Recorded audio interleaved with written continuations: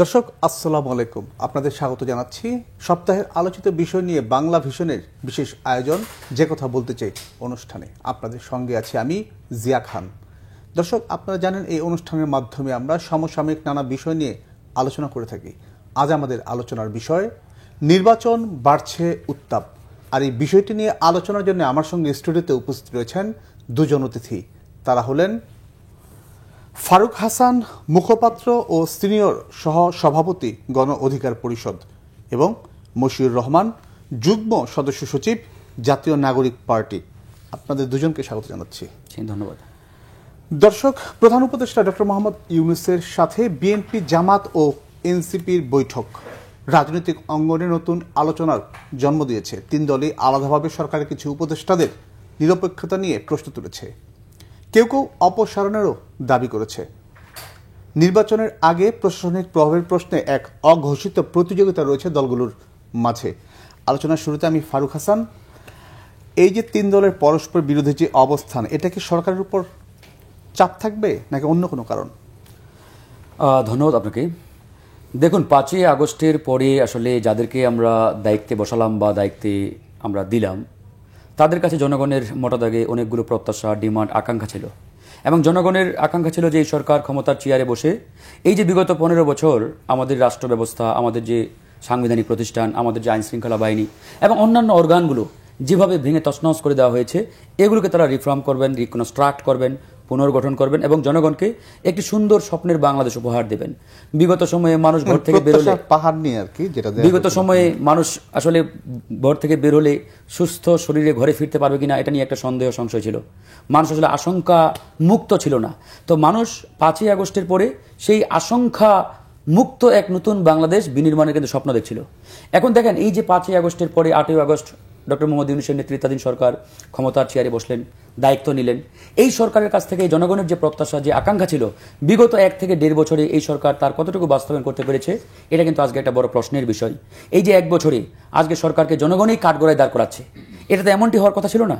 বরঞ্চ আমরা শুরুর দিকে দেখলাম অনেকেই বলার চেষ্টা করলেন যে এই সরকারকে অন্ততপক্ষে 2 বছর 3 বছর রাখতে হবে, এই দেশটাকে নতুন করে বিনির্মাণের জন্য অন্ততপক্ষে সরকারের একটা দীর্ঘমেয়াদী সময় এদেশের ক্ষমতায় থাকা দরকার, ইত্যাদি ইত্যাদি। হঠাৎ করে এই 1 বছরে কেন জনগণ ইউটার্ন নিয়ে এখন দ্রুত নির্বাচনের দিকে ধাবিত হওয়ার কথা বলছেন, চেষ্টা করছেন? অনেকেই বলছেন যে যত দ্রুত নির্বাচন হবে ততই আমাদের জন্য মঙ্গল, নির্বাচন যত ডিলে হবে তত দেশ একটা অনিশ্চয়তার দিকে এগিয়ে যাবে। এবার এই যে সরকারের নিরপেক্ষতা নিয়ে একটা বড় প্রশ্ন, এই যে ধরেন বিএনপির মহাসচিব তারা সরকারের সাথে বৈঠক করে কেয়ারটেকারের একটা বিষয় সামনে নিয়ে আসছেন। আবার এদিকে দেখেন, এই সরকারকে যারা নিয়োগ দিয়েছেন, মানে নিয়োগকর্তা বলা যায়, যে সরকারের প্রধান, তিনি নিজেই বলেছেন যে আমাকে ছাত্ররা নিয়োগ দিয়েছেন।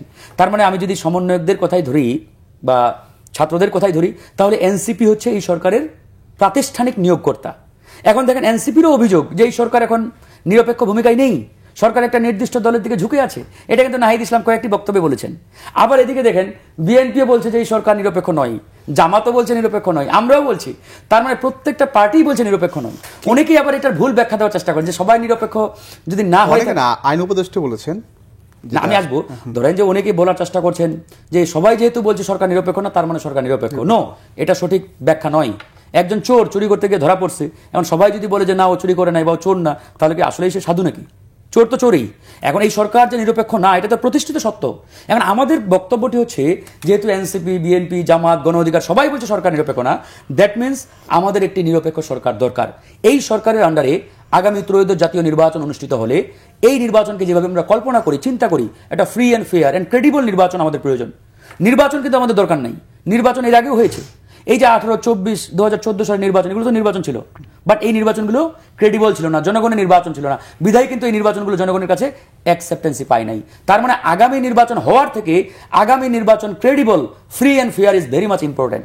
সেই জায়গা থেকে আমরা বলছি যে আগামী নির্বাচন যদি এই ফরম্যাটে, এই সরকারের যে বর্তমান কার্যক্রম, যে মুডে এই সরকার রয়েছে, এই মুডে যদি আগামী নির্বাচন অনুষ্ঠিত হয়, তাহলে free and fair and credible নির্বাচন হবে না। তাই এই সরকারের যে প্রেজেন্ট মুড, এই মুড থেকে রিফর্ম করে বা ট্রান্সফার করে এটাকে কেয়ারটেকারের মুডে নিতে হবে। কেয়ারটেকারের মুডে গেলেই কেবল আমরা একটা ফ্রি অ্যান্ড ফেয়ার নির্বাচনের চিন্তা এই সরকারের মাধ্যমে করতে পারি এবং জনগণ হয়তো আশ্বস্ত হতে পারি। অন্যথায় এই ফরম্যাটে, এই মেকানিজমে যদি এই সরকার নির্বাচনের দিকে এগিয়ে যায়, কখনোই একটি ফ্রি অ্যান্ড ফেয়ার নির্বাচন হবে না।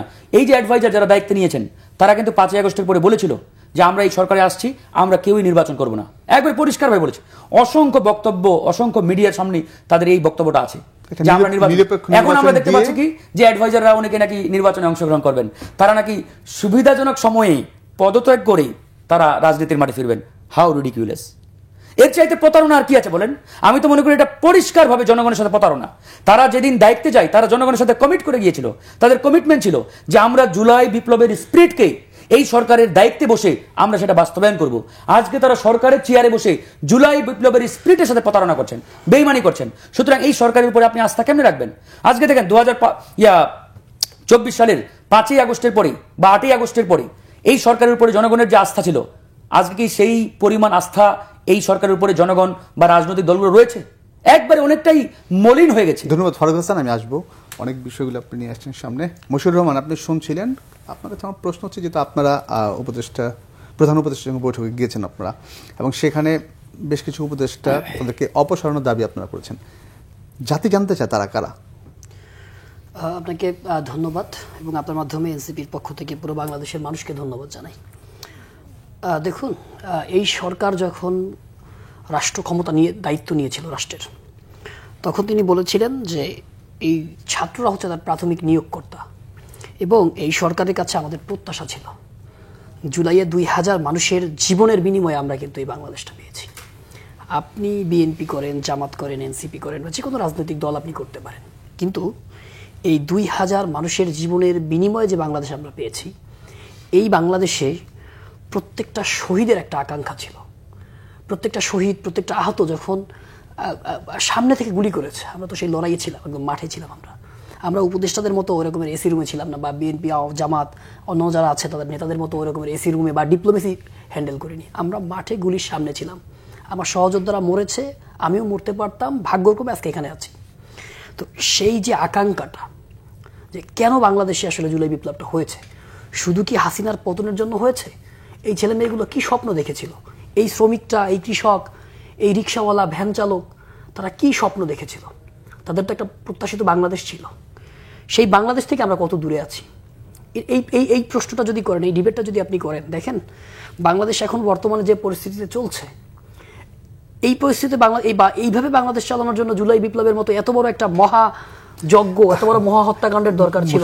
আপনার পূর্ববর্তী যে বক্তা এই বিষয়গুলো সামনে নিয়ে আসছেন, বলেছেন আমরা যে জুলাই স্পিরিট কিংবা এই সরকারের যে দায়িত্ব, সেই বিষয়গুলো সামনে চলে আসছে। আপনার আমার প্রশ্ন হচ্ছে যে জাতি জানতে চায়, এই যে যাদের উপর দায়িত্ব দেওয়া হলো যেসব উপদেষ্টা, এরা কারা, যাদেরকে আপনারা এখন অপসারণের কথা বলছেন?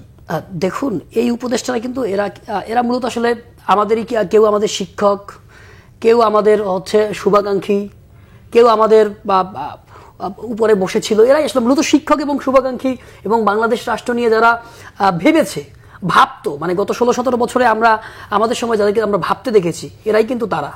কিন্তু আমরা যদি বলি যে এদের হয়তো সদিচ্ছার অভাব নাই রাষ্ট্রকে গঠন করার জন্য, কিন্তু এদের অভিজ্ঞতার অনেক ঘাটতি আছে, এবং এদের চিন্তা চেতনা অনেক ভালো। কিন্তু আপনি যদি এর অ্যাপ্লিকেশন দেখেন, যে বাস্তবায়নের জায়গায় দেখেন, আমি যদি একদম ধরে ধরে যদি বলি, চিন্তা চেতনা ভালো হলে এই প্রশ্নগুলো কেন আসলো এখন? আচ্ছা, আমি কেন হচ্ছে একটু বলি। সেটা হচ্ছে এখানে যারা উপদেষ্টা হয়েছেন তাদের কারণেই আসলে প্রিভিয়াসলি আসলে রাজপথে লড়াই করার কোনো সংগ্রাম করার ইতিহাস নাই, বা রাজনীতি করার কোনো ইতিহাস নাই। তো পলিটিক্স হচ্ছে এটা একটা শিক্ষার জায়গা। আপনি যদি সাহস অর্জন করতে চান, আপনি যদি ঝুঁকি নিতে চান, আপনি যদি কখনো জেলখানায় না যান, তাহলে আপনি জেলখানাকে ভয় পাবেন। আপনি যদি কখনো ওই ধরনের হামলা মামলা শিকার না হন, তাহলে আপনি এগুলো ভয় পাবেন। যারা এগুলো শিকার হয়েছে তারা কিন্তু এগুলো ভয় পায় না। কিন্তু এই যারা উপদেষ্টা থেকে শুরু করে যারা উপদেষ্টা মণ্ডলীতে আছেন, এদের অধিকাংশ আসলে এই ধরনের পরিস্থিতি কখনো ফেস করেনি, জীবনে কোনোদিন কারাগার কি জিনিস দেখেনি। এই কারণে তারা উপদেষ্টা হয়েছেন, যেহেতু তারা একটা জায়গায় ছিলেন, নিউট্রাল ছিলেন, তারা হয়েছেন। কিন্তু যেটা মেইন প্রবলেমটা হয়েছে কি, দ্য প্রবলেম ইজ দ্যাট, যে গত 16 বছরে তারা এই জুলুমগুলো সহ্য করেছে। তারা যেভাবে দেশটাকে ধারণ করে, যেভাবে তারা হচ্ছে বাস্তবসম্মত প্র্যাকটিক্যাল অভিজ্ঞতার মধ্যে দিয়ে এসছে, এই উপদেশটা কিন্তু আসে নাই। মুশাররহমান, ফারুক হাসান একটা বিষয় বলেছেন, যে যেসব যাদের দাবি নিয়ে কিংবা এত আকাঙ্ক্ষা নিয়ে যেসব উপদেষ্টাদের আজকে এখানে বসানো হলো, তারা সামনে নির্বাচনে কেউ আগে পদত্যাগ করে অংশগ্রহণ করবেন, এটা যাদের সঙ্গে প্রতারণা, এটা নিয়ে একটু শুনবো আপনার কাছে। দেখুন, আমি যদি একদম নিরপেক্ষ দৃষ্টিকোণ থেকে বলি, তাহলে আমার কাছে মনে হয় যে যারা এই অন্তর্বর্তীকালীন সরকারের উপদেষ্টা আছেন তাদের আসলে কোনোভাবেই আগামী নির্বাচনে অংশগ্রহণ করা উচিত না। কারণ হচ্ছে তারা দেখুন, ওই যখন অন্তর্বর্তীকালীন সরকার গঠিত হয় তখন বলা হয়েছিল যে কোনো রাজনৈতিক দলের প্রতিনিধি এখানে থাকবেন না, রাজনৈতিক দলের কেউ কোনো রাজনৈতিক নেতা এখানে থাকবেন না। যদি থাকতো তাহলে এখানে উপদেষ্টা পরিষদ অন্যরকমের হইতো। কারণ কেন হয় নাই? কারণ অচিরেই একটা নির্বাচন দেওয়া হবে, সেই নির্বাচনের মধ্য দিয়ে রাজনৈতিক সরকার গঠিত হবে।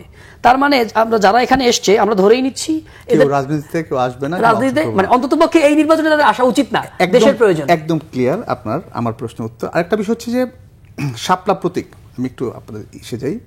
আপনাদের পক্ষ থেকে বলা হচ্ছে যতদিন না শাপলা প্রতীক আপনার দেওয়া হবে ততদিন আপনারা আন্দোলনে যাচ্ছেন, বড় কর্মসূচিতে যাচ্ছেন। আসলে কি যাচ্ছেন? দেখুন, আমরা এখন পর্যন্ত আমরা আমাদের যে জায়গাটাতে আমরা আছি, আমরা রাষ্ট্রকে, সরকারকে, দেশের জনগণকে বোঝানোর চেষ্টা করছি যে আমরা মানে এখন পর্যন্ত নির্বাচন কমিশন যেহেতু একটা সাংবিধানিক প্রতিষ্ঠান, তারা এখন পর্যন্ত কোনো ভ্যালিড ব্যাখ্যা আমাদেরকে দিতে পারেনি যে এই কারণে আপনাদেরকে শাপলা দেওয়া হবে না। তারা বেশ কয়েকটা উদাহরণ দেওয়ার চেষ্টা করেছে এবং প্রত্যেকটার উদাহরণের বিপরীতে আমরা যুক্তি খণ্ডন করে দেখিয়েছি। আপনারা জানেন, হ্যাঁ। তো সেই জায়গায় দাঁড়িয়ে যতক্ষণ পর্যন্ত না ইসি আমাদেরকে এই ব্যাখ্যাটা দিবে যে কেন আমাদেরকে শাপলা দিবে না, ততক্ষণ পর্যন্ত আমরা শাপলার জন্য ফাইট করব এবং শাপলার জন্য আমরা সর্বোচ্চ ফাইট। নির্বাচন তো একদম ঘনিয়ে আসছে, সেটা কি হবে? দেখুন, আমাদের জায়গাটা হচ্ছে নির্বাচন এবং প্রতীক দুইটা কিন্তু মানে দুইটার আন্দোলন সমান্তরালভাবে চলতেই পারে। আমাদের মতো করে নির্বাচনী প্রস্তুতিও নিচ্ছি, আমরা রাষ্ট্র সংস্কারের জন্য যে কার্যক্রমগুলো পরিচালনা করা দরকার সেগুলোর জন্যও কাজ করছি।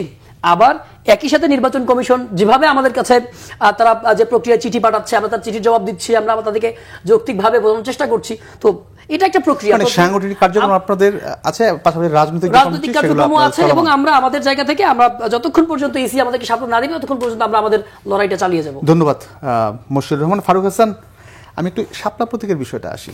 এটা নিয়ে আগে গণ অধিকার নাগরিক ঐক্য তারা তাদের আবেদন ছিল, পরবর্তীতে মাহমুদুর রহমান মান্না তার মনে একটা স্ট্যাটাসে বলেছেন তাদের পেলে আপত্তি নেই, এ পর্যায়ে ছিল। তারপরে নির্বাচন কমিশন থেকে এই শাপলা প্রতীক নিয়ে যেহেতু তাদের প্রতীক বরাদ্দ নেই, এই কারণে বিকল্প চিন্তা করার কথা বলছে এবং এনসিপি থেকে ফাইনালি বলা হচ্ছে যে তারা বড় কর্মসূচিতে যাচ্ছেন এই শাপলা প্রতীক বরাদ্দ না পেলে।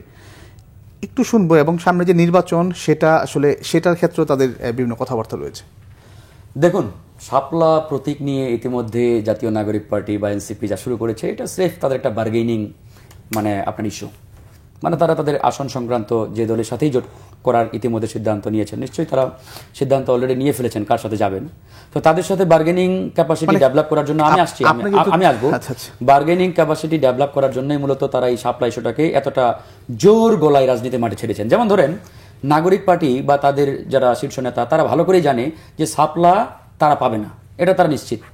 তা সত্ত্বেও এই শাপলাকে কেন্দ্র করে তাদের কয়েকজন নেতা কেউ বলছেন শাপলা না পেলে নির্বাচন হতে দেব না, কেউ কেউ বলছেন শাপলা না পেলে আমরা নির্বাচনে যাবই না, কেউ বলছেন মানে এর নানা রকম বক্তব্য। আমি মনে করি এটা একটা মানে কেউ কেউ তাদের যে বক্তব্য দিচ্ছেন এটা একটা অধ্যতপূর্ণ আচরণ রাজনীতির মাঠে। শাপলা না পেলে আমি নির্বাচনে হতে দেব না, হোয়াট ইজ দিস? এরকম বক্তব্য হতে পারে না। এবার এই যে শাপলা নিয়ে যে জটিলতা তৈরি করেছে এটা একটা মানে রাজনৈতিক কমন সেন্সের মধ্যেও পড়ে। শাপলাটা হচ্ছে আমাদের যে ন্যাশনাল সিম্বল বা যে জাতীয় প্রতীক, এই জাতীয় প্রতীকের সেন্ট্রাল থিম হচ্ছে শাপলা। শাপলা আমাদের জাতীয় প্রতীক না, তবে আমাদের জাতীয় প্রতীকের সেন্ট্রাল থিম। এখন দেখেন আমাদের যে সেন্ট্রাল জাতীয় প্রতীক, প্রধানমন্ত্রীর যে প্রতীক বা রাষ্ট্রপতি বা আমাদের পার্লামেন্ট হোয়াটএভার, ওখানে দেখবেন শাপলাটা কিন্তু মধ্যখানে বড় করে, তার পাশে ধানের শীষ বা ওই কি বলে পাট পাতা ইত্যাদি রয়েছে, ওগুলো কিন্তু আমাদের সেন্ট্রাল থিম না, ওগুলো হচ্ছে অক্সিলারি থিম। সুতরাং যে কোনো প্রতীক বলেন, সিম্বল বলেন, এটার সেন্ট্রাল থিম কখনো চেঞ্জ হতে পারে না, পরিবর্তন হতে পারে না। আর এই সেন্ট্রাল থিম কখনোই কোনো ব্যক্তি, প্রতিষ্ঠান কিংবা কোনো অর্গানাইজেশনের দলীয় প্রতীক হিসাবে একদম ক্লিয়ার। কিন্তু বার্গেনিং এর বিষয়টা একটু, বার্গেনিংটা হচ্ছে ধরেন আমি যতটুকু জানি খোঁজ খবর তাদের ভিতরে, তারা বিএনপির সাথেই নির্বাচন করবে এবং বিএনপির সাথে তাদের একটা আসন সংক্রান্ত ইতিমধ্যে বার্গেনিং শুরু হয়েছে এবং তারা দেন দরবার করছেন, তারা অলরেডি আলোচনা করছেন তাদের সাথে, তারা কত চেয়েছে এটা নিয়ে নাই বলি, যাই হোক তারা একটা মিনিমাম ধরেন যে আসন বরাদ্দ পেলেও তারা বিএনপির সাথে যাবেন আমার ধারণা। তবে এখানে দুটো ওয়েতে তারা এই জিনিসটাকে প্রসিড করছেন। এই যে বিএনপির সাথে যদি তাদের জোট হয় কোন অ্যাঙ্গেল থেকে হবে, কোন পদ্ধতিতে হবে, পদ্ধতি দুটো। নাম্বার ওয়ান, বিএনপির সাথে তারা ডিরেক্ট রাজনৈতিক জোটে যাবেন, যেমন বিএনপির সাথে এর আগে 18 দলীয় জোট ছিল, 20 দলীয় জোট ছিল, আওয়ামী লীগের নেতৃত্বাধীন 14 দলীয় জোট, মহাজোট এরকম ছিল। এরকম একটা হতে পারে। সেকেন্ড অপশনটা হচ্ছে যদি তারা ওই অপশনে না যায়, তাহলে যেহেতু তারা জনগণের সাথে কমিট করেছে যে আমরা বড় কোনো রাজনৈতিক দল বা কোনো রাজনৈতিক দলের সাথে আমরা মিশে যাব না, জোট করবো না, আমরা একা থাকবো ইত্যাদি, এই জিনিসটা যাতে বাধাগ্রস্ত না হয়, ক্ষতিগ্রস্ত না হয়, মানুষ যাতে তাদেরকে প্রতারক মনে না করে রাজনৈতিকভাবে, এই জন্য তারা বিএনপির সাথে এরকম একটা ধরেন যে আন্ডার টেবিল ডিসকাশনের মাধ্যমে সিদ্ধান্ত নেবে যে আমাদের যে সকল আসনে প্রার্থী দেবো আমরা, ওই সকল আসনে বিএনপি প্রার্থী দেবে না। ফর এক্সাম্পল যে এনসিপির 12টি বা 10টি আসনে, সেই জায়গাটা তো এখন বাধা সৃষ্টি হচ্ছে, কারণ নতুন যে আইন সেটা একজন যদি থাকেন সেখানে না ভোটেরও তো বিধান। এখনো চূড়ান্ত সিদ্ধান্ত তো হয় নাই, এখনো সবকিছু আন্ডার টেবিল ডিসকাশন চলছে, আলোচনার মধ্যেই, কোনোটাই এখনো চূড়ান্ত না। ধারণা না, এটা ওদের ভিতর থেকেই আমাদের কাছে নানান জায়গা থেকে তথ্য আসছে, এরকমই আলোচনা হচ্ছে। ফাইনাল সিদ্ধান্ত যখন আসবে তখন আমরা বলতে পারবো। মশিউর রহমানের দুটো কথার উত্তর দিয়ে শেষ করবো সংক্ষেপে। এই যে সরকারের নিয়োগকর্তা নিয়ে ইতিমধ্যে একটা প্রশ্ন আসছে, সে নিজেও বলেছে এখন সরকারের নিয়োগকর্তা কিন্তু আলটিমেটলি এনসিপি। এখন এই সরকারের দোষ গুণ যাই হোক, তার একটা বড় ভাগিদার এনসিপিকে নিতে হবে। তার মানে আমি ভাগ বাটোয়ারার সময় আলহামদুলিল্লাহ সরকারের যত দোষ নন্দ ঘোষ, তখন আমি নাই, এরকম চিন্তায় থাকলে জনগণ কিন্তু আবার ছাড় দেবে না। জনগণ ভালো করেই জানে যে এই সরকারের পৃষ্ঠপোষক কারা, এই সরকার কাদেরকে ধরেন যে একবারে টেনে প্রথম 3টি দলের কাতারে নিয়ে আসছে এবং প্রতিষ্ঠিত করার জন্য দিনে রাতে প্রাণপণ চেষ্টা চালাচ্ছে। এটা দেশের জনগণের কাছে মানে অপ্রকাশিত কিছু না, তো এটা ক্লিয়ার। আরেকটি বিষয় দেখেন, এই যে আপনি এই অভিযোগটি করলেন, প্রশ্নটি করলেন যে সকল অ্যাডভাইজার দলীয় বা দলীয়ভাবে মনোনীত, তারা কারা, এই নামগুলো তারা কেন প্রকাশ করছে না? যেমন আমাদের জায়গা থেকে আমরা শুরু থেকে বলে আসছি যে এই সরকারে এনসিপির 2 জন অ্যাডভাইজার আছেন এবং তাদের পদত্যাগের জন্য আমরা এর মধ্যে একাধিকবার দাবি করেছি। এখন আমরা বলছি, এখন এনসিপি বলছে এখানে বিএনপির অ্যাডভাইজার আছে, জামাতে আছে। আমরা বলি ভালো কথা, তাহলে তোমরা নামগুলো ঘোষণা করো। তোমরা যদি বলো যে অমুক অমুক অ্যাডভাইজার বিএনপির, অমুক অমুক অ্যাডভাইজার জামাতের, তাহলে আমাদের ওদের বিরুদ্ধেও কথা বলতে সুবিধা হয়, আমরা আন্দোলন গড়ে তুলবো, কোনো অসুবিধা নেই।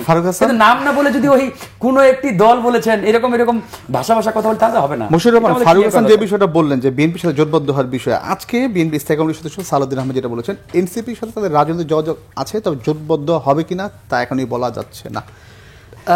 আমি একটু ফারুক হাসান যে কথাটা বললেন, আপনার দলের মধ্য থেকেই তাই ইনফরমেশন পেয়েছেন যে আপনারা জোটে যাচ্ছেন বিএনপির সাথে।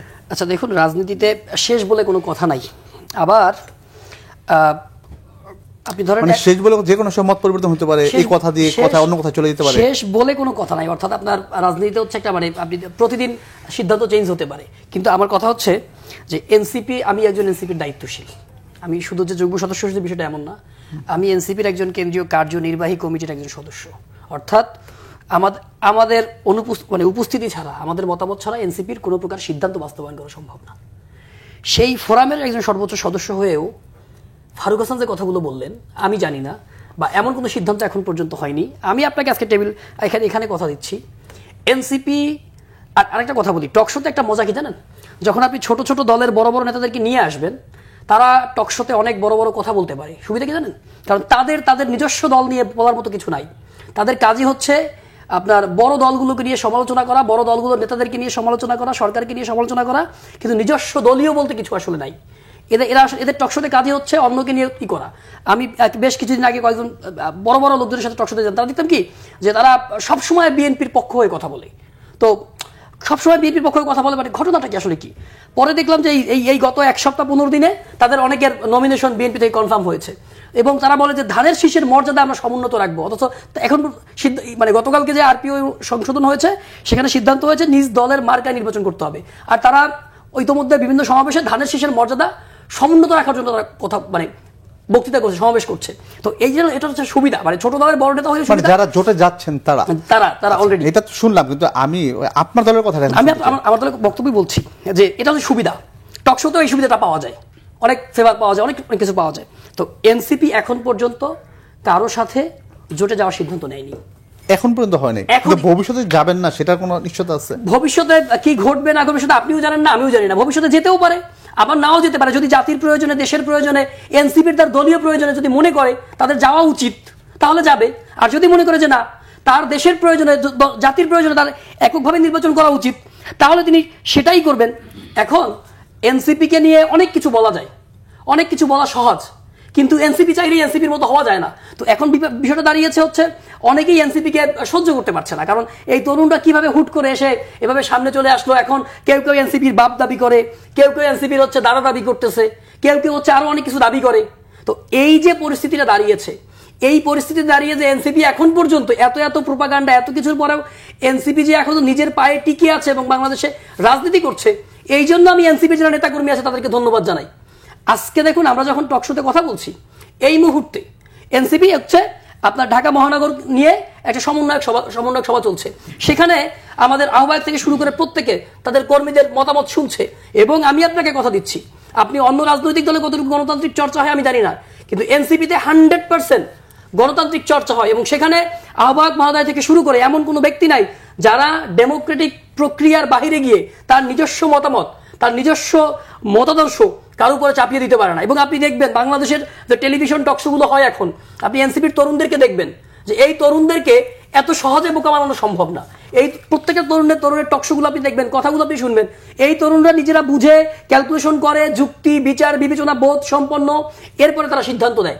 সুতরাং আপনার ওই মানে খালি আমি একটা প্রশ্ন করি, সেটা হচ্ছে আরপিও যদি সংশোধনের পর আপনারা এখনো শাপলা প্রতীক পাননি, কিন্তু নির্বাচন যে আইন যেটা আসতেছে যে জোটবদ্ধ হলেও নিজের প্রতীকে নির্বাচন করতে হবে, সেক্ষেত্রে আজকে আমি আপনাকে একটা কথা দিই, এনসিপি কারোর সাথে জোটে যাক বা না যাক, এনসিপি শাপলা পাক বা না পাক, এনসিপি শাপলার জন্য সর্বোচ্চ ফাইট করবে এবং এনসিপি যেই মার্কা দিয়ে নির্বাচন করবে, এনসিপি তার নিজস্ব দলীয় মার্কায় নির্বাচন করবে। আমি আপনাকে কথা দিচ্ছি, এনসিপি তার নিজস্ব দলীয় মার্কায় নির্বাচন করবে। তাতে যদি এনসিপি বাংলাদেশে একটা আসনও পাবে, তার মানে শাপলা যদি নাও পান আপনি অন্য প্রতীকে যাচ্ছেন না। আমি বলছি আপনি যদি ওই ডিবেটটার প্রশ্ন করেছেন, আমি ওই প্রশ্নটাকে বললাম যে এনসিপি সে তার নিজস্ব দলীয় প্রতীকে নির্বাচন করবে। ধন্যবাদ মশিউর রহমান। ফারুক হাসান, জাতীয় পার্টি এবং আওয়ামী লীগ ছাড়া নির্বাচন হতে দেওয়া হবে না, জিএম কাদের? বলুন উত্তরটা শুনবো আপনার কাছে। আচ্ছা, এটা তো আসলে কি বলবেন, তার আগে আমাদের এনসিপির নেতা মশিউর রহমানের কয়েকটি পয়েন্ট আছে, এটার আমি মনে করি উত্তর দেওয়াটা দরকার। যেমন ধরেন তারা বারবার বলার চেষ্টা করছে যে এনসিপি নিজের পায়ে দাঁড়িয়ে আছে। তা আমি তো কোথাও দেখছি না যে এনসিপি তাদের নিজের পায়ে দাঁড়িয়ে আছে। আমি পরিষ্কারভাবে দেখতে পাচ্ছি দেশের জনগণ, রাজনৈতিক মহল, সিভিল সোসাইটি প্রত্যেকে জানে যে এনসিপি সরকারের পায়ে দাঁড়িয়ে আছে। মানে সরকার যদি আজকে চেয়ার থেকে সরে যায়, এনসিপির ফাউন্ডেশন কালকে একবারে ধুস করে ভেঙে চুরমার হয়ে যাবে 1 সেকেন্ডের মধ্যে, 1 সেকেন্ডও লাগবে না। তো সুতরাং এনসিপি নিজের পায়ে দাঁড়িয়ে আছে নাকি সরকারের পায়ে, এটা প্রমাণ হয়ে যাবে এই অন্তর্বর্তীকালীন সরকার যেদিন চেয়ার ছাড়বে এই দিন।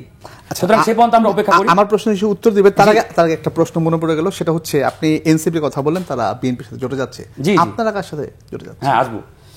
তার আগে আমি ওই জাতীয় পার্টির উত্তরটা দিয়ে দিই। এই যে দেখেন, জাতীয় পার্টি কালকে আরেকটা ধৃষ্টতা দেখিয়েছেন, তারা রাজধানীতে একটা বিক্ষোভ করেছেন এবং সেখানে তারা স্পষ্ট করে বলেছেন, জাতীয় পার্টির চেয়ারম্যান জিএম কাদের সাহেব, যে আওয়ামী লীগ এবং জাতীয় পার্টিকে ছাড়া নির্বাচন হলে ওই নির্বাচন নাকি আন্তর্জাতিকভাবে গ্রহণযোগ্য হবে না, এবং অনেকেই বলেছেন আমরা নির্বাচনে হতে দেব না আমাদের বাদ দিয়ে। এই যে একটা ধৃষ্টতা, অধ্যত্বপূর্ণ বক্তব্য, আচরণ, এটার পিছনে শতভাগ এই অন্তর্বর্তীকালীন সরকার দায়ী। দেখেন, যেখানে একজন মামলা প্রাপ্ত আসামি, তার নামে মামলা আছে এবং তিনি ফ্যাসিবাদের অন্যতম সহযোগী। এই যে বিগত 15 বছর আওয়ামী লীগ, শেখ হাসিনা এতটা বড় দানবীয় স্বৈরাচার ফ্যাসিস্ট হয়ে উঠলেন, এটার পিছনে তো জিএম কাদের বা তার ভাই ওই হুসাইন মোহাম্মদ এরশাদ সাহেব বা তাদের জাতীয় পার্টি পুরোপুরি দায়ী। তাদের মেকানিজম, তাদের পাওয়ার, সাপোর্ট, এটার কারণেই তো আওয়ামী লীগ দীর্ঘ 15 বছর ফ্যাসিস্ট হয়ে উঠছে। এখন মাঝে মাঝে এই উদাহরণটা আমি দেই যে 3 জন চোর চুরি করতে গিয়ে ধরা পড়ছে, চোরের সর্দারকে আপনি ফাঁসির রায় দিলেন আর বাকি 2 জন সহযোগীকে পুরস্কৃত করলেন। তো এটা কি আসলে বিচার ব্যবস্থা হলো? আজকে অবস্থা এরকম। আপনি এই সরকারকে দায়ী করছেন, তাহলে তারা কেন ব্যবস্থা নিচ্ছেন? মানে এর পিছনে হ্যাঁ, অবশ্যই। এখন দেখেন, এটা তো পরিষ্কার, এটা হচ্ছে পুরোপুরি এই সরকার এখন ভারতীয় পরিকল্পনায় পা দিয়েছে। ভারতের ফর্মুলা হচ্ছে তারা আগামী নির্বাচনে যে কোনো ফরম্যাটে আওয়ামী লীগ অথবা জাতীয় পার্টিকে নির্বাচনে অংশগ্রহণ করাতে চায়, এবং এই ফর্মুলাই অনেক রাজনৈতিক দলও হয়তো সাই দিয়েছেন বা এই রাজনৈতিক দলগুলো মনে করছেন যে এই মুহূর্তে ইন্ডিয়ার এই মেকানিজমের বাইরে গেলে ক্ষমতায় আসা যাবে না, ক্ষমতায় থাকা যাবে না, ইত্যাদি ইত্যাদি। তো এই কারণে মূলত এই রাজনৈতিক দলগুলো আসলে বোল্ডলি এই যে আওয়ামী ফ্যাসিবাদের বিরুদ্ধে যে একটা অবস্থান নেওয়া দরকার, স্ট্যান্ড নেওয়া দরকার, কথা বলা দরকার, এই কথাগুলো তারা বলতে পারছেন না। এই জন্য মূলত এই ইস্যুতে তারা নীরব। এখন দেখেন, সরকার তো কোনো দলের না ভাই, সরকার আমাদের রক্তের বিনিময়ে আমরা তাদেরকে দায়িত্ব দিয়েছি। সরকারের উচিত ছিল যে জনগণ ছাত্র জনতার আকাঙ্ক্ষা বাস্তবায়ন করা।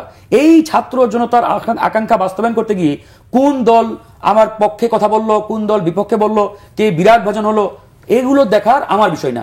এটা হওয়া উচিত ছিল সরকারের স্ট্যান্ড। কিন্তু সরকার কি করছে? সরকার এখন তাদের ফর্মুলায় পা দিয়ে এই আওয়ামী ফ্যাসিবাদের অন্যতম সহযোগী জাতীয় পার্টিকে সেনাবাহিনীর পাহারায় প্রোটোকল দিচ্ছেন, সেনা প্রোটোকল দিচ্ছেন। এটা তো আসলে হতে পারে না। এটা তো ওই রক্তের সাথে বেইমানি, আমার আরেকটা জুলাই স্পিরিটের সাথে বেইমানি। সেটার উত্তরটা একটু শুনবো, আপনারা কার সাথে জড়িত যাচ্ছেন? এখন দেখেন, আমরা আসলে নির্বাচন অবশ্যই অংশগ্রহণ করব। নির্বাচনের লক্ষ্যে আমরা দেশব্যাপী আমাদের প্রার্থীরা, না সেটা একদম একবারে এক সংক্ষেপে বলছি, আমাদের গণসংযোগ কার্যক্রম ব্যাপকভাবে চলছে। এখন কথা হচ্ছে বিগত 12টি নির্বাচন বাংলাদেশে খাতা কলমে হয়েছে। এই 12টি নির্বাচনে একটি দলও এককভাবে নির্বাচন করেন নাই। সেটা বিএনপি বলেন, আওয়ামী লীগ বলেন, জামাত বলেন, জাতীয় পার্টি, হোয়াটএভার, যারা বিগত সময় ক্ষমতায় ছিল, সবাই কিন্তু জোটবদ্ধভাবেই নির্বাচনগুলো বিগত সময় করেছে। এখন আগামী ত্রয়োদশ জাতীয় নির্বাচন, এই নির্বাচনেও কার্যত পক্ষে যারা ফ্রন্ট লাইন পলিটিক্যাল পার্টি, এই দলগুলো এককভাবে কেউই নির্বাচন করবে না। বিএনপি বলেন, জামাত বলেন, গণ অধিকার, এনসিপি, হোয়াটএভার, সবাই জোটবদ্ধভাবেই করবে। এখন আমরা এখন পর্যন্ত কার সাথে জোটে যাব এই চূড়ান্ত সিদ্ধান্ত নেই নাই। তবে আমাদের সবার সাথে মোটামুটি একটি সৌহার্দ্যপূর্ণ যোগাযোগ রয়েছে, সম্পর্ক রয়েছে, আলোচনা হচ্ছে। আমাদের বিএনপির সাথে আমরা একসাথে যুগপৎ আন্দোলন করেছি, খুব গুড কানেকশন তাদের সাথে। জামাতের সাথেও আমাদের কোনো বৈরিতা বা আমাদের ওই নেতিবাচক কোনো সম্পর্ক নেই, তাদের সাথেও ভালো যোগাযোগ আছে, কথা হচ্ছে। তো সুতরাং আমাদের চূড়ান্ত সিদ্ধান্তটা আসবে ঠিক তফসিল ঘোষণার আগ মুহূর্তে। ধন্যবাদ। এখন পর্যন্ত তফসিলের যেহেতু সিদ্ধান্ত হয় নাই, এই জন্য আমরা চূড়ান্ত সিদ্ধান্তে আমরা দলীয়ভাবে যাই। ধন্যবাদ আপনাকে। জামাতি ইসলামী আমির ডাক্তার শফিকুর রহমান বলেছেন শুধু 71 নয়, 47 থেকে 25 সালের 22 অক্টোবর রাত 8টা 11 মিনিট পর্যন্ত আমাদের দ্বারা যে বা যারা কষ্ট পেয়েছেন আমরা বিনা শর্তে তাদের কাছে ক্ষমা চাই। এ পর্যন্ত তারা 3বার ক্ষমা চেয়েছেন, তারা বারবার কেন ক্ষমা চাচ্ছেন? মশিউর রহমান। আপনাকে ধন্যবাদ। এমন এক জটিল ইস্যুর মধ্যে আপনি ঢুকেছেন। দেখুন, জামাত ইসলামের আমিরকে আমরা অত্যন্ত সজ্জন মানুষ হিসেবে জানি এবং তিনি সম্ভবত গতকালকে আমি বক্তব্যটা দেখেছি, তিনি যে নিঃশর্ত ক্ষমা চেয়েছেন, আমরা এটাকে স্বাগতম জানাই। শুধু ক্ষমা চাইলেই হবে না, যদি ব্যক্তি কোনো অপরাধ করে থাকে সেই অপরাধের শাস্তি ব্যক্তির পাওয়া উচিত। এখন সেই অপরাধ যারা করেছেন, তবে তিনি এটাও বলেছেন যে কোনো ব্যক্তি থেকে দল, পুরো দেশ, পুরো জাতি যদি ভুল করে থাকে তারও ক্ষমা, সেটার জন্য তারা ক্ষমা চান, মাফ চান। তো এটা তো এখন সুস্পষ্ট। তো দেখুন, আমাদের এই বাংলাদেশ নামক আমরা যে রাষ্ট্রটি পেয়েছি, সেই রাষ্ট্রটির সূচনা লগ্ন যদি আপনি 47 ধরেন, 47 থেকে আজকের বাংলাদেশ পর্যন্ত ধরেন, এর মধ্যে সবচেয়ে গুরুত্বপূর্ণ ইভেন্ট হচ্ছে 1971 সালের মহান মুক্তিযুদ্ধ।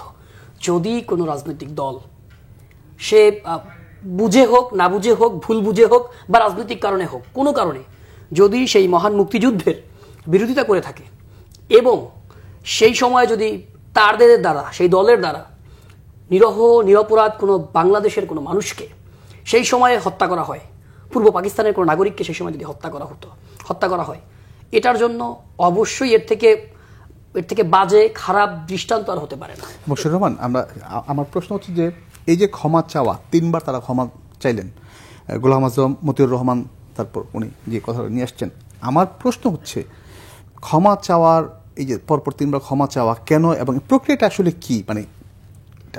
দেখুন, যেহেতু পুরো জাতি, বিশেষ করে গত 15 বছর বলা হয়েছে স্বাধীনতা বিরোধী বিএনপি জামাত শক্তি, তো মূলত সে সময়ে জামাতকেই আসলে উদ্দেশ্য করা ছিল এবং জামাতের সাথে বিএনপিকে ট্যাগ করা হতো। এরপরে যেহেতু 5 তারিখের পরে 5ই আগস্ট পরবর্তী বাংলাদেশেও যেহেতু এখন স্লোগান হচ্ছে, জামাত ইসলামীকে বিভিন্ন প্রকার পাকিস্তানের ট্যাগ দেওয়া হচ্ছে বা আপনার স্বাধীনতা বিরোধী, এখনো সেই ট্যাগিং এর পলিটিক্সটা আসছে। মূলত জামাতের টার্গেটটা কি? মূলত জামাত চাচ্ছে তাদেরকে যেই ট্যাগিং এর যে পলিটিক্সটা করা হচ্ছে, অর্থাৎ স্বাধীনতা বিরোধী ট্যাগিংটা দেওয়া হচ্ছে, এই ট্যাগিং থেকে বাঁচার জন্যই মূলত তারা ক্ষমাটা চেয়েছে এবং তারা চাচ্ছে যাতে করে এখন থেকে তাদেরকে আর এই ট্যাগিংটা দেওয়া না হোক, এই জন্যই মূলত তারা নিঃশর্ত ক্ষমাটা চেয়েছে। ধন্যবাদ মশিউর রহমান। ফারুক হাসান, একই প্রশ্ন আপনার কাছে যে ক্ষমা চাওয়ার কি, এবং মশিউর রহমান যেটা বললেন যে ট্যাগিং থেকে মুক্তি পাওয়ার জন্য এই ক্ষমাটা চাচ্ছেন, আর সাথে আমি যুক্ত করি আসলে প্রসেসটা কি হওয়া উচিত? তারা এইভাবে ক্ষমা চাচ্ছেন। দেখুন, আসলে তারা ক্ষমা চেয়েছেন, আমি মনে করি ক্ষমা সবচেয়ে উত্তম একটি মাধ্যম যে কোনো অপরাধের ক্ষেত্রে। অপরাধ স্বীকার করে কেউ যদি ক্ষমা চায়, আমি মনে করি এটা সর্বোত্তম পন্থা এবং ক্ষমা করে দেওয়া উচিত। এখন জামাত ইসলামী এর আগেও 2বার ক্ষমা চেয়েছেন, কালকে আবার ওনাদের সম্মানিত আমির সাহেব আবার চেয়েছেন। এখন এই যে বারবার ক্ষমা চাওয়া, এটা নিয়ে আপনি প্রশ্ন তুলছেন। এখন কথা হচ্ছে যারা তাদের মাধ্যমে ভিক্টিমাইজ হয়েছেন, ভিকটিম, যারা তাদের মাধ্যমে ক্ষতিগ্রস্ত হয়েছেন, তাদের কাছে ক্ষমা চাওয়া, এটা ক্ষতিগ্রস্ত হয়েছেন, তাদের মাধ্যমে নানাভাবে তারা আসলে সিদ্ধান্ত নিবে তারা ক্ষমা করবে কি করবে না। সেটা কিভাবে, আপনি পদ্ধতিটা সেটা কিভাবে, সেটা পদ্ধতিটা বলতে পারেন। এখন ধরেন আমি আমার জায়গা থেকে এজ এ ব্যক্তি, এজ এ পলিটিশিয়ান বা নাগরিক হিসাবে আমি একটা ব্যাখ্যা দিতে পারি, এটা আমার জায়গা থেকে।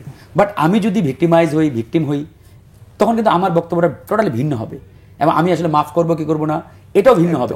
এখন এই যে আপনি বললেন যে মাফ জনগণ করবে কি করবে না, এটা আপনি কিভাবে বিচার করবেন, কিভাবে চাইবেন?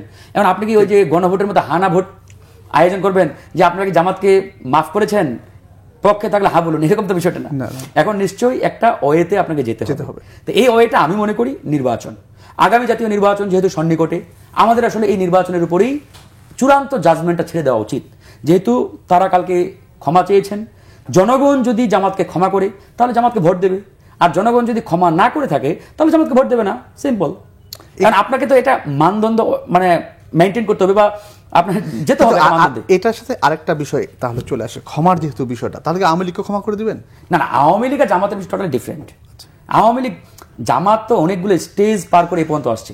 আমি কিন্তু জামাতের পক্ষে বিপক্ষে অ্যাডভোকেসি করছি না, আমি জামাতের কেউ না। আমি এজ এ পলিটিশিয়ান বা একজন নাগরিক হিসেবে দেশের আমার ব্যাখ্যাটা আমি দিচ্ছি।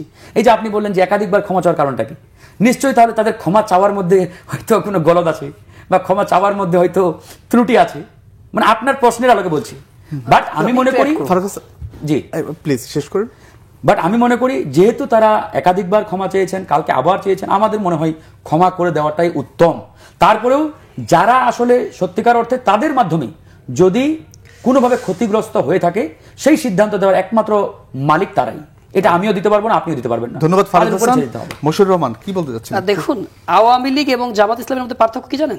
আওয়ামী লীগ তাদের মধ্যে কোনো প্রকার অনুশোচনা বোধ নাই, বরঞ্চ তারা বলার চেষ্টা করছে যে বিএনপি, জামাত, এনসিপি এই যারা আছে, ইউনুসগণ, তারা হচ্ছে জুলাইয়ে পুলিশ হত্যা করছে, এটা হত্যা করছে, এবং এখনো স্টিল শেখ হাসিনা প্রধানমন্ত্রী। তাদের মধ্যে অনুশোচনা বোধ নাই, কিন্তু জামাত ইসলামের মধ্যে সেই অনুশোচনা বোধ আছে। এবং যারা আওয়ামী লীগের সরাসরি হত্যার সাথে জড়িত, এই জুলাই বিপ্লব যারা হত্যা করছে, স্টিল দে আর অ্যালাইভ, তারা এখনো জীবিত। কিন্তু জামাতে ইসলামীর যাদের নামে মানে এই যাদের বিরুদ্ধে এই অভিযোগগুলো, সেই ব্যক্তিদের অনেককে ফাঁসি দেওয়া হয়েছে, আবার অনেকে জীবিত নাই। কিন্তু তারপরেও জামাত ক্ষমা চাইতেছে, মাপ চাইতেছে, কারণ তারা মনে করছে যে দলগতভাবে যদি ভুল করে থাকে, তাহলে মানে দলের অংশ হিসেবে যদি তারা ভুল করেছে, সেই জায়গা থেকেও এই আপনার আমির শাহ তিনি মাপ চেয়েছেন, ক্ষমা চেয়েছেন নিঃশর্ত। কিন্তু আওয়ামী লীগ 1 বছর 1.5 বছর আগে হত্যা করেও তাদের সমস্ত লোকগুলো জীবিত, এখন পর্যন্ত তাদের মধ্যে অনুশোচনা বোধ নাই, বরঞ্চ তারা আরো হুমকি দিচ্ছে, তারা ক্ষমতা আসলে দেখে নিবে, তারা গৃহযুদ্ধের আহ্বান করছে, এবং যে সব জায়গায় স্লোগান দিচ্ছে, মিছিল করছে। তো সেই জায়গায় আসলে আওয়ামী লীগের সাথে আপনি জামাত ইসলামীকে যদি মিলান, এটা কমপ্লিটলি ভুল করবেন। মিলানো না, ক্ষমা চাওয়ার বিষয় যেটা আসছে। আর একটা বিষয় ফারুক হাসান যেটা বলে গেলেন, যে এই সরকার আওয়ামী লীগ জাতীয় পার্টিকে নির্বাচনে আনার একটা স্কোপ তৈরি করে দিচ্ছে, এটার বিষয় আমি একদম দেখুন, এই সরকার যদি আওয়ামী লীগ এবং জাতীয় পার্টিকে যদি নির্বাচনে নিয়ে আসার স্কোপ তৈরি করে দেয়, বাংলাদেশের মানুষ, বাংলাদেশের জনগণ, আপনি একমত কিনা ফারুক হাসানের সাথে? না, এই সরকার আসলে, আমি তো বললাম, এই সরকারের আসলে মেরুদণ্ডই নাই যে আসলে আওয়ামী লীগ এবং জাতীয় পার্টির বিষয়ে কি বক্তব্য দিবে, অর্থাৎ তাদেরকে রাখবে কি রাখবে না, এই সিদ্ধান্ত দেওয়ার জন্য যতটুকু মেরুদণ্ড থাকা দরকার, অতটুকু মেরুদণ্ড এই সরকারের নাই। যার জন্য এখনো যেখানে জিএম কাদেরের থাকার কথা এখন জেলে, সেখানে সেই জিএম কাদের রাজপথে প্রোগ্রাম করে আজকে ইউনুসকে ফ্যাসিস্ট বলছে, ইউনুসকে বলছে যে অশান্তির জন্য যদি নোবেল থাকে, সেই নোবেল ইউনুসকে দেওয়া উচিত। সুতরাং এই সরকার আসলে সেই গার্ডসই নাই জাতীয় পার্টির বিষয়ে বা আওয়ামী লীগের বিষয়ে কোনো সিদ্ধান্ত দিবে তারা। ধন্যবাদ আপনারা দুজনকে বাংলা ভিশনে আসার জন্য। দর্শক, যে কথা বলতে চাই আজ এ পর্যন্ত, আবার দেখা হবে আগামীকাল একই সময়। সবাই ভালো থাকুন, সুস্থ থাকুন।